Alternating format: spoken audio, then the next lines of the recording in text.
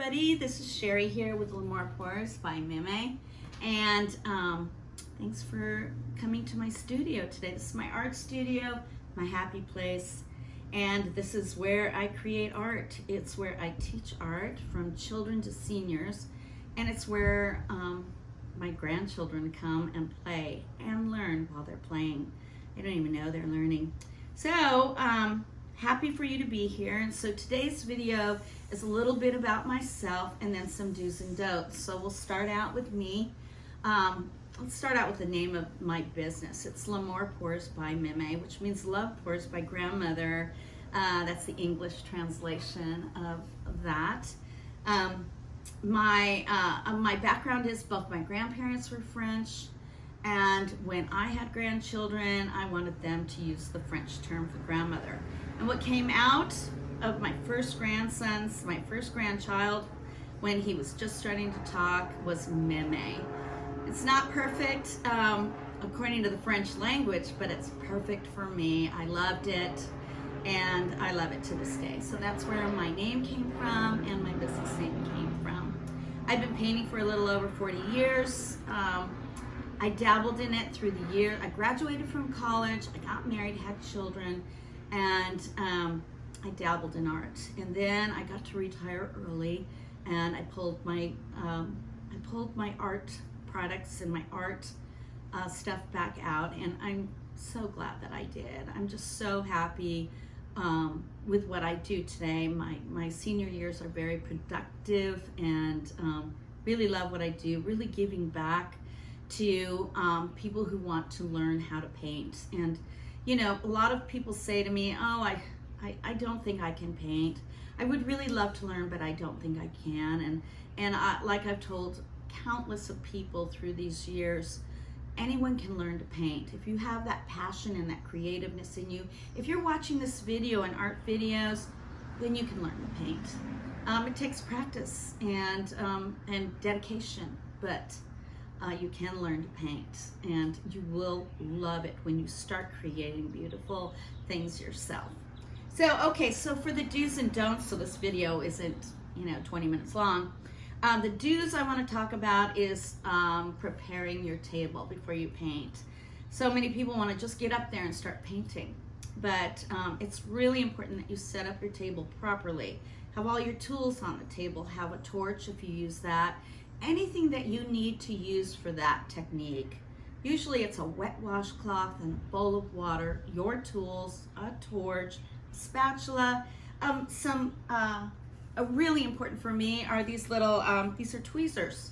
Oftentimes I have a big window right behind this camera, and little flies can get in, and if a fly falls in there, you've got your tweezers right there to get them out, or dust, or dog hair. I have dogs. There's so many little things that can get into your painting. So be prepared, have everything in front of you. Your paints, you want to make sure that your mixed paints are far enough away from your workspace that you're not knocking them over. Set up your workspace to benefit you, and that way your paintings will turn out better. Okay, the other do is I like to measure everything to this day, and this is after years of painting, unless I know the recipe by heart, which most of them I do. But if I change it up even a little bit, sometimes the base paint, which is the paint that we flood the canvas with in pours, I'll change that up and put some metallic paint in there or whatever. I will write that down in my book. And if you're new, get a little book. This is probably, I'm gonna say I have 100 of these little books through the years though, right? And I just write every little note down. This base worked out well. I put the recipe down from the grams, the fluid ounces. I put it down in my book. I put the date down, and that of the day that I did that painting. So if a painting turns out absolutely beautiful, I'll remember what I used. I'll remember the viscosity or thickness of the mixed paints that I did. I put those things down in my book. And here's the main reason why. And I know a lot of artists eyeball their paints. The artists that I admire, in fact, do that. I believe in doing that because there's been too many times through the years where I have that window open back there and there's planes flying by. I apologize for that, but there, let's go back. There are times when I have done a painting and it's turned out absolutely gorgeous, and honestly it takes about 3 days for a painting, a good sized painting to dry. Anything from a 16 by 20 up will take some time, and you don't know if your recipes, you will not know if your painting was a success until it has dried. It'll look great. It can look great when it's wet, and then it could dry and spread out, fall off. You could have too much paint on there. There's so many things between the time that you pour it and the time that it's dried. So you will go back to your book and say, how did I get that effect? Or how do I avoid that from happening again? By looking at your notes and looking at your recipes. So I believe always in measuring, especially when you're new. And yes, with time, when you're mixing paint, you're gonna feel that thickness in there, and you're gonna know whether it's the consistency that you want it to be. Regardless, always measure your paints and always have a book with you and write them down. You will be more of a success if you do that. Okay, the don'ts. I guess I'm gonna go with glue. If you can help it, don't use glue. I mean, it gives you beautiful effects, don't get me wrong, it does. But it's not archival, and what that means is it just won't,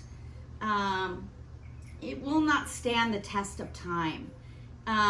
After a while, it will definitely get yellow, and that yellow will come through right through your paint, and it has a tendency, if it's thick on your canvas anywhere, it'll get tacky, sticky.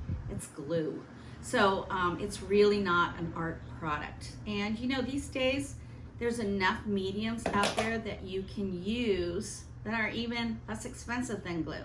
So if you have glue in your house right now and you want to get started and you've got some paints, use it. But if you can, as soon as you can, get some medium. And you don't have to get expensive medium to start. You can get even, I like this medium right here. I'm gonna put it out there. It's called Llama Mode. It's from Walmart. And I think this medium was $4. Now I bought it for my grandchildren and I like it. I mean, I won't use it professionally, but it's a good starting medium for you. There are plenty of inexpensive ways to go. Also, Floetrol is really popular these days, and I use it as well. But it is not a medium, it is a paint conditioner, and it will dry very matte, dull. And so if you want any kind of sheen or gloss to your painting when it's dried, do an additive in with your Floetrol. And those are things like later on, but do an additive like I use GAC 800. You can use like, I think it's 9-to-1 on the directions for GAC. It's by Golden, and it is expensive, but you don't need much. So I think in the long run, it'll cost you the same as, say, Liquitex Medium. Okay, so that's it for today. I think we did cover a lot. I am going to do this painting just so we can talk about what we're gonna do tomorrow. This is a painting I did that is a pearl and cloud pour mix.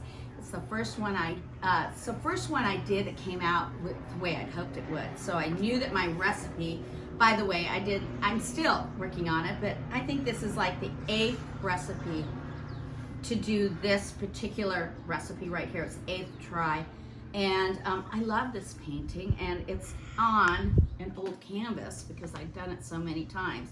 So I think what I'm gonna do tomorrow, and I'm going to video it, is I'm gonna put some texture on this canvas because I want to keep the painting. It has sentimental value because this recipe, I have done some absolutely beautiful paintings from this recipe. So I'll share that with you. I'm going to try putting texture on here, and I'll explain all of that tomorrow. It'll be fun. I think it'll be fun. It's when I get to come into my studio and not just pour and do a painting, but have fun embellishing a painting. So I'll see you all tomorrow or the next day, probably when I get the video up. In the meantime, everyone, please fill your life with color.